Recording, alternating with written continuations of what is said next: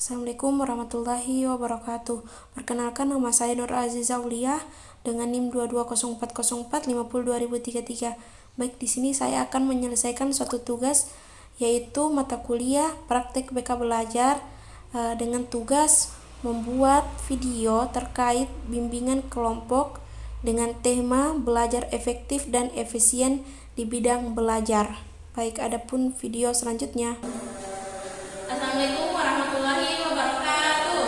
Waalaikumsalam warahmatullahi wabarakatuh. Selamat pagi anak-anak. Pagi, Ibu. Baik, hari ini kita akan melaksanakan namanya kegiatan layanan bimbingan kelompok dengan topik cara belajar efektif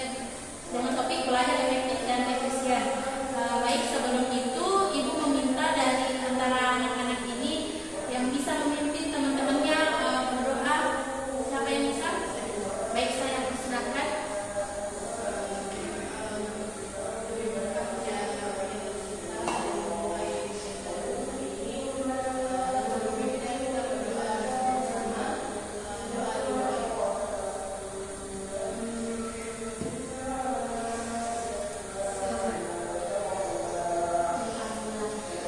Bagaimana kabarnya anak-anak semua? Sebelum kita memasuki dalam kegiatan inti, Ibu ingin memastikan bahwa kita semua berada dalam suasana yang kondusif dan Ibu harap anak-anak ini dapat berpartisipasi aktif dalam kegiatan yang Ibu berikan ini. Dan Ibu juga ingin menetapkan beberapa aturan dan kesepakatan selama sesi bimbingan kelompok ini. Yang pertama itu di dalam bimbingan kelompok ini kita saling menghormati satu sama lain, dan kedua itu mendengarkan pendapat satu sama lain juga. Dan ibu minta tolong dan Ibu meminta sedikit waktunya anak-anak ke depan sekitar 45 menit. Apakah anak-anak bersedia selama 45 menit ini? Baik, jadi mari kita menciptakan lingkungan yang mendukung agar kegiatan ini bisa berjalan lebih efektif. Dan tentunya dalam kegiatan bimbingan kelompok ini Ibu harap tidak ada yang merasa ragu, karena di dalam bimbingan kelompok ini ada asas kerahasiaannya. Selanjutnya Ibu mau kalian semua saling mengenalkan dirinya satu sama lain. Baik, saya persilakan dari saudara Syaitan. Nama dan kelasnya ya.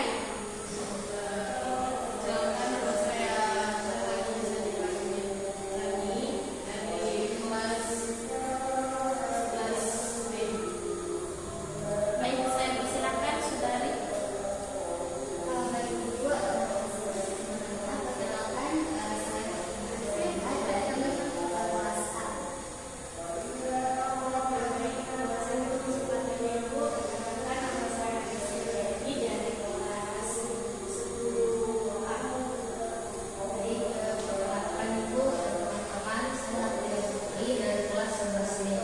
Baik, terima kasih atas sama sudah memperkenalkan dirinya. Selanjutnya kegiatan hari ini akan terbagi menjadi 3 tahap, yaitu tahap pertama adalah tahap inti. Tahap inti yang dimana Ibu akan memberikan ice breaking dan memberikan pengantar singkat tentang materi layanan yang Ibu akan bawakan ini. Tahap kedua itu adalah tahap inti yang dimana Ibu akan menjelaskan materi layanan secara detail dengan merefleksikan dan menghubungkan kegiatan secara keseluruhan. Selanjutnya kan tadi Ibu bilang tahap awalnya itu ada ice breaking. Jadi Ibu akan meminta anak-anak untuk berdiri semuanya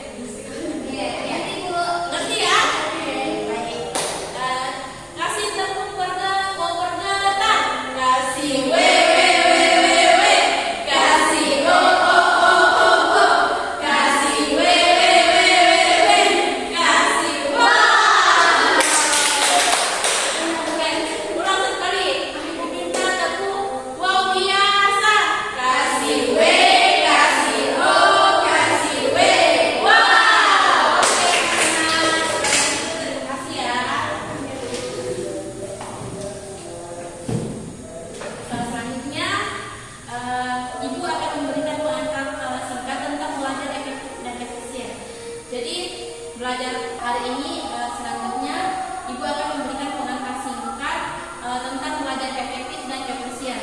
Ya, belajar efektif dan efisien ini melibatkan penggunaan strategi yang tepat untuk memahami dan meningkatkan informasi dengan waktu dan usaha yang minimal.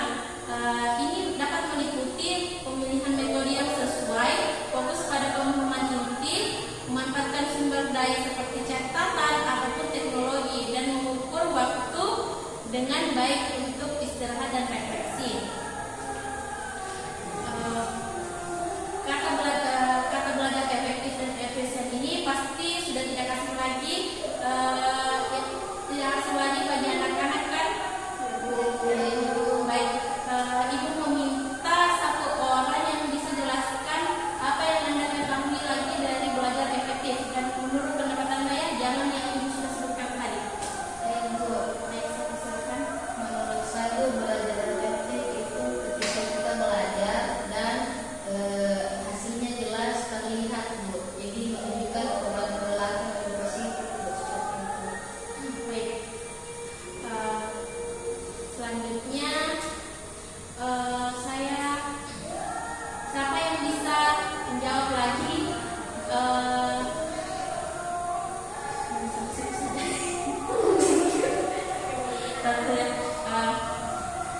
Baik anak-anak, selanjutnya Ibu masuk ke tahap inti, dan di mana tahap inti ini Ibu akan menjelaskan secara detail belajar efektif dan efisien itu bagaimana. Baik. Jadi belajar adalah suatu aktivitas yang dilakukan secara sadar ataupun sadar untuk mendapatkan sejumlah pesan dari bahan yang telah dipelajari. Nah, menurut James O. Whittaker, belajar dapat didefinisikan ini sebagai proses di mana tingkah laku ditimbulkan atau diubah melalui latihan atau pengalaman. Sedangkan menurut Hornbeck, belajar yang efektif adalah melalui pengalaman. Nah, belajar ini dikatakan sebagai suatu proses karena perubahan tingkah laku yang terjadi melalui suatu tahapan-tahapan yang pada akhirnya menjadi suatu hasil belajar. Misalnya itu seorang anak yang ingin dapat berjalan, maka dia harus dilatih oleh orang tuanya, merangkak, berdiri, dituntun untuk memulai melangkah, yang pada akhirnya si anak tersebut ini mulai berdiri dan mulai sedikit demi sedikit melangkah kakinya, dan kemudian dia mulai dapat berjalan dengan sempurna.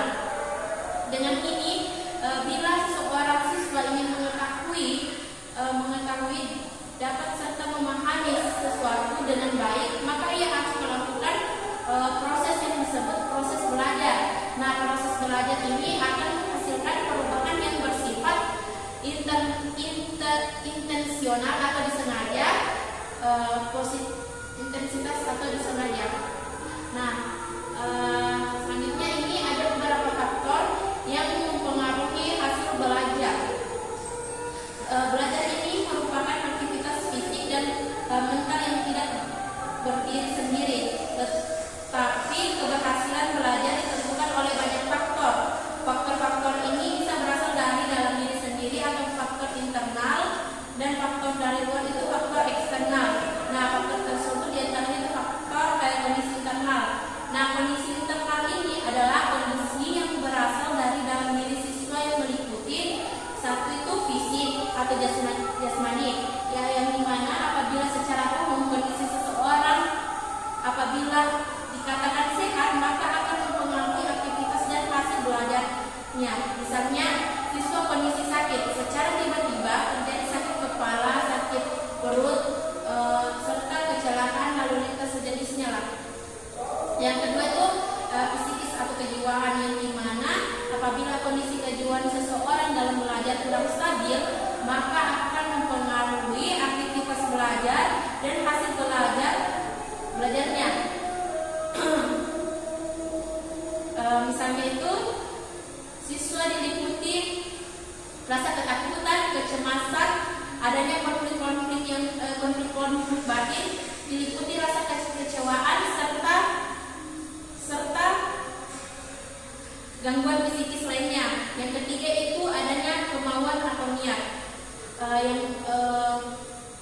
yang muncul dari dalam diri individu dan kemauan ataupun niat tersebut benar-benar tulus, maka akan mempengaruhi aktivitas belajar dan hasil belajar.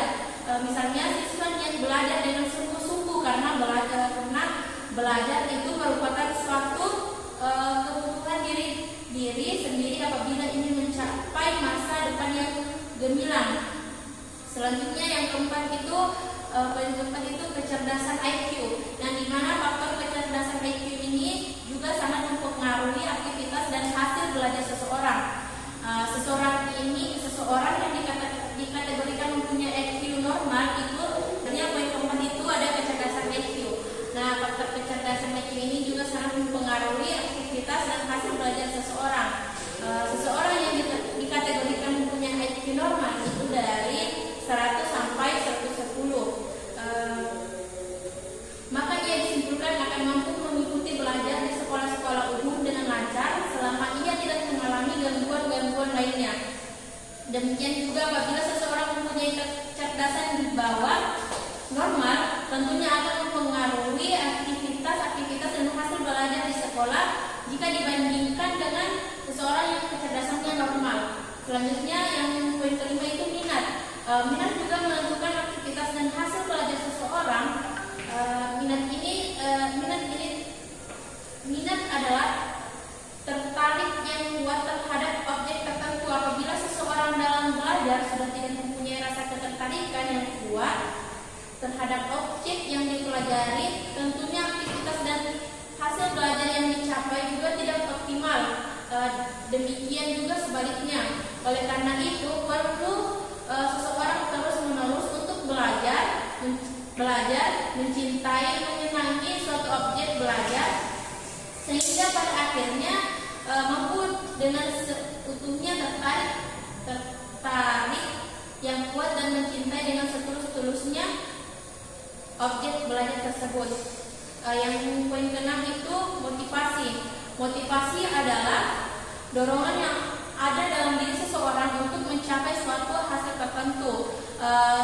Motivasi ini bisa dikelompokkan menjadi dua, yaitu motivasi internal dan motivasi eksternal. Motivasi internal ini merupakan dorongan yang muncul dari dalam diri seseorang. Misalnya, belajar adalah suatu kebutuhan untuk masa depan dan sejenisnya. Sedangkan motivasi eksternal itu adalah dorongan yang dilakukan seseorang karena adanya faktor dari luar seseorang. Misalnya, hadiah atau reward.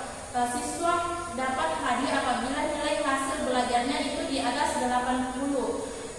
Kedua motivasi tersebut sudah dilaksanakan baik oleh orang tua, guru atau suatu lembaga. Selanjutnya itu kondisi, tadi kan sudah kondisi internal, sekarang eksternal. Nah, kondisi eksternal ini meliputi kondisi lingkungan di mana siswa berada.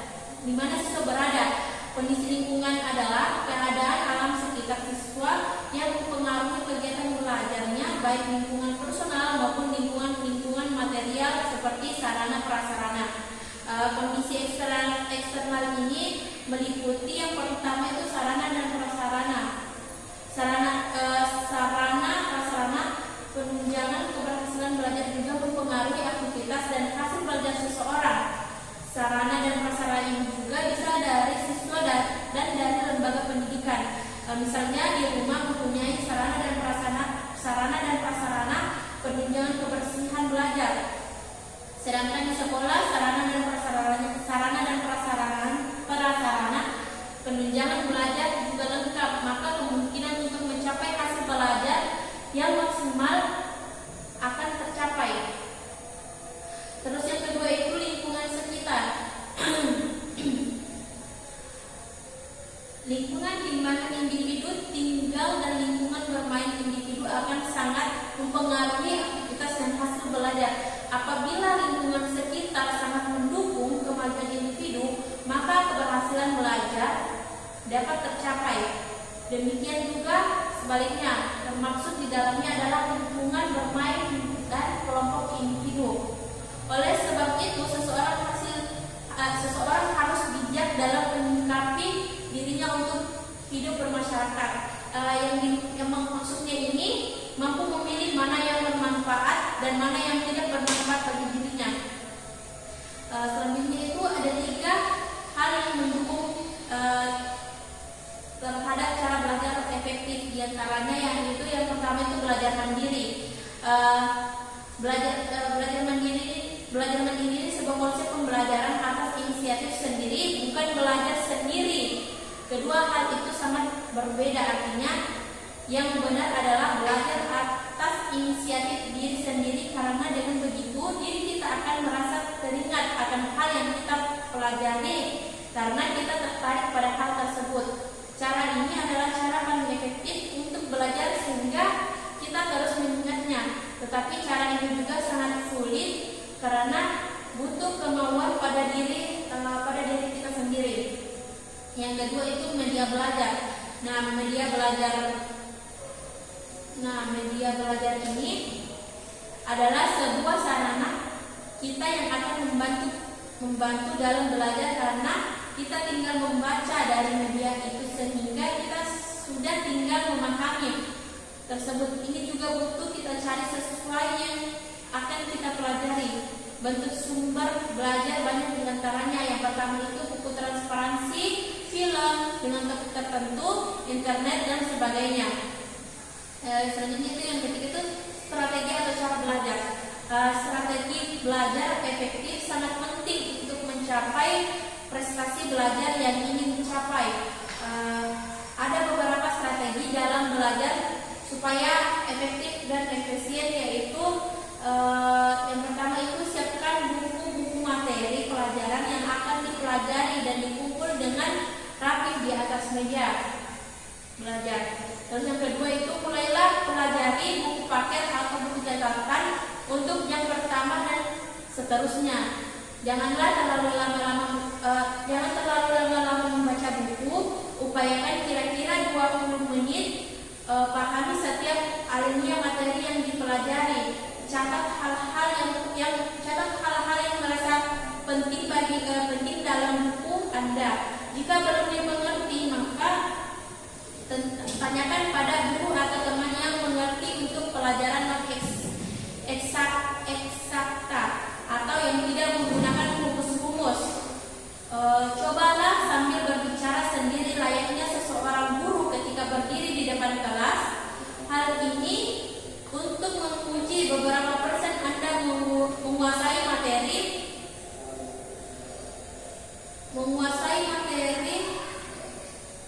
yang baru dipelajari. Nah, untuk pelajaran eksakta atau menggunakan rumus-rumus, upayakan Anda tulis rumus-rumus tersebut pada folio, karton manila dan sebagainya. Tempelkan atau gantungkan pada tempat belajarmu atau di kamarmu agar sering terlihat dan mudah untuk mengingatnya. Kerjakan latihan-latihan soal sebanyak-banyaknya dan catat temuan-temuan soal yang Anda dapatkan melalui internet. Selanjutnya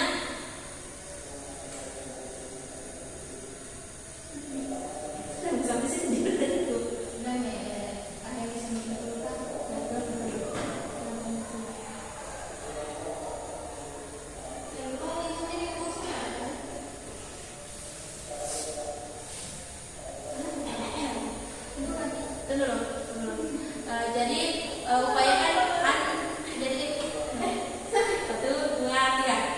Jadi upayakan Anda tulis rumusan-rumusan tersebut pada kertas folio, karton manila atau sebagainya ya, yang jenis itu.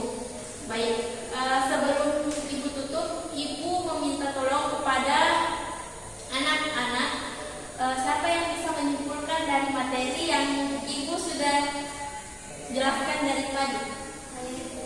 Baik, saya persilakan Saudari Fatimah Zahra.